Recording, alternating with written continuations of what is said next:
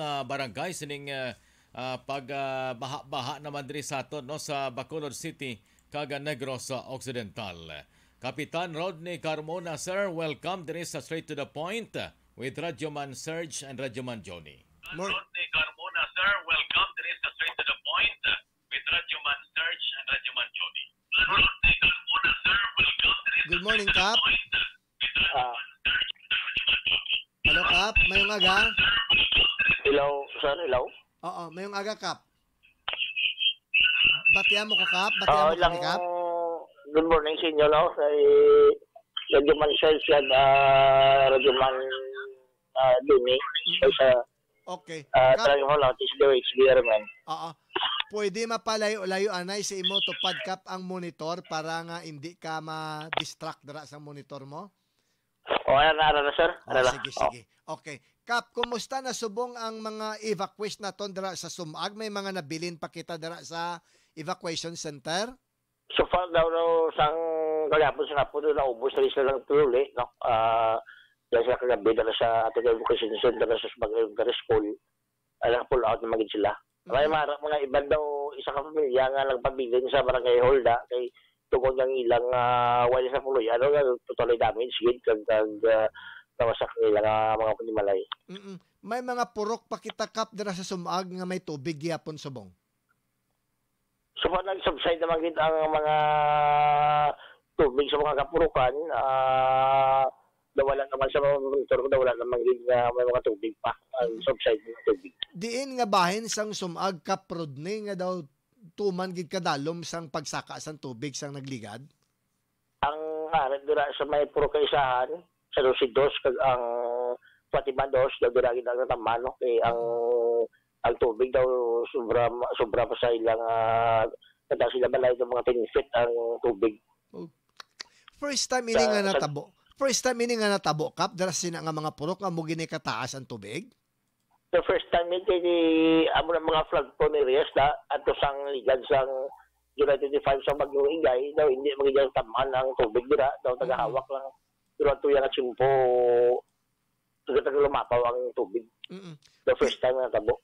Pila, Kap, kapuluyan ang daw totally kag partially damaged so far dara sa Sumag? Agol, tayo ginatalan-talan ko pa nuknoy yung pasis ko to pa nukto sa itong mga social worker libot ito karon isa-isa ko lalo pagkukumbalaw ang final nga listing kag ipamalaw na lang mo kung tilagin ang aton nga naguba ng totally damage sa mga partially damage sa mga houses. Mga pila ka pamilya ang nag-evacuate, Kap?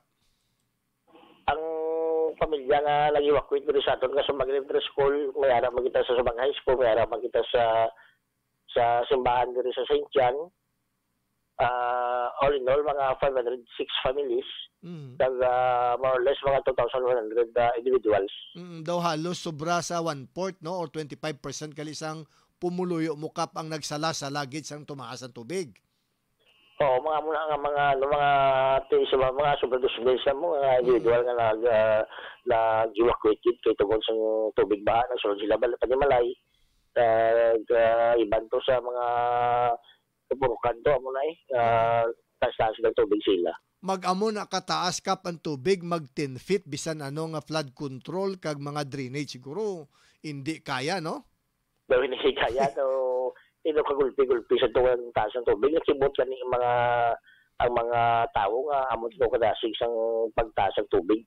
Oo. Gani ang sa suba, ang mga pamboto di gulpi lang ng binungguanay. So, lingi naman ang ulo nila nga, gulpi lang binungguanay. Mga nagdamo mga pambot na kalawasak. Okay. Amon tong perso sa tubig. Oo. Tapos, Kap, ang esplanade natong gani dira sa ubos sang Sumag River nga kataas na sina daw ginab-aban pa? Nagababo ang atmos pa daw collateral damage so daw kay tungod ang flood control na to daw sa ang pika-pika na wasak nadala na lang ang esplanade yung siguro mga 16 meters pa lang daw apat na span sang ano da mga amo na wasak. So mga apat ka span sang flood control sa Idalom sang Sumag River bali nag-collapse, Kap? Nag-collapse so actually sa liga na daang nga pika-pika na nag-collapse wala. Okay. Inobra liwat. Nakulap siya pong magsilingon na daw ang guro ang duta na daw kaumok soil erosion daw, tabo, collapse siya ang Da- pika-pika. Dapat baguhon na nato ng disenyo sang pika-pika dakap kay ang existing nato nga pika-pika kuning kaso dumalam ang tubig daw hindi gid niya kaya.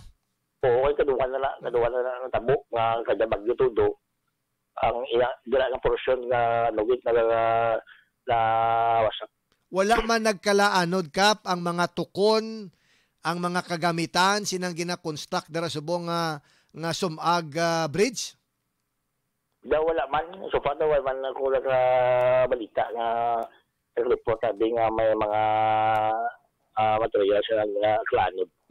Ining mga naapektuhan nga mga puloy-an kap, kilid ni sila sang suba. May ara sila suba pero diri sa mga purok na namin diya mga mga diri sa area sa poblasyon na dinabo man nila bahaan. Oo. Pero ang musti ang siligi suba. Okay. Daw pila ka purukan nga amo na mga evacuation sa siligi suba nga almost 80%. Oo. Pero hindi man ni sila nag-obstruct yakap sang ilog sang tubig sa suba. Wala man obstacle ang ilang mga patuloy. Wala kay ti ang suba na ni alin sa bridge pad. Ito may mga pika-pika din. So natabuan lang gid nga naglumapaw ang tubig nga hindi na gid magwanta. So mina nga sinulob sila. Oo, amo na tabo. Naglapaw ang tubig. Wala man kap sang may nahalitan o napilasan so far sa mga taga-Sumag. Fortunately, wagit may na na casualty no. May ara kita ng mga napilasan jutay no, mga natunog kami, mga tunog sa mga garo sa tumbaw na ganlog, kaya na manggid minimal man lang. Pero kung mga casualty or missing daw, kita may reported sa incident. Sa nagliligad nga mga baha yakap, wala kita ya halit dira sa Sumag, no? Sa July 25, damo mo tayo evacuate mga almost 200 man. Pero niya na mula mo yung pamilya nga lang evacuate sa ato nga sumagin sa ato nga evacuation center. Oo. Sa tong July Cup nga baha, nakadeklara na kamo sa to state of calamity? Actually, ang hindi man nila barangay kadeklara na state of calamity, ang mayor man ang mga deklara itaklaran ako barangay ang ilangin hindi kaya Sang nagligad? Ang barangay tatinay ang I don't know ayaw po ang isa kung ano ba to. Oo. But subong nga na declare kami, nag-request ko sa mayor na i-declare state of calamity. So amo na po na declare sa kay so sa layi ko no kung barangay sang mag-request siya nga pili na sa declare state of calamity sa Bilog Bacolod City. So at least subong magamit na nato ng calamity fund cap sa barangay. Magamit nato na nga nga nabilin ng 30% calamity. Oo, so may mga 30% pa gimanggali nga nabilin pero ti malawig pa ni Kap hasta pa kita Disyembre paigo-iguon tagid ni. Gani kung gapo nga meeting nga may mayor pag-declare state of calamity damo man sa mga ayuda nga ipagatag sa mga barangay nga naapektuhan sa bagyo. Okay. Nakaduso na kita sa aton nga COC Kap kag ang grupo sa Comelec wala pa. Wala po kami sang hapon mga launa. File ako gapon. Nakafile ako gapon. So padayon ang serbisyo ni Kapitan Rodney sa mga taga-Sumag kung tagaan sa liwat. Hopefully, sir. Okay, Kap, anong gusto mo ipalabot nga mensahe sa mga taga-Sumag subong nga nagapamati sa aton? Sa tanan nga sumagano no ang inyong kapitan o nga pamaya tanan nga bulig masyaragan sa kapitan nga bulig stay ka man wag bubon kita sa aton nga madagdag pagabuhi kay hindi pa to gusto nga magbagyo no at talaga nga apektuhan da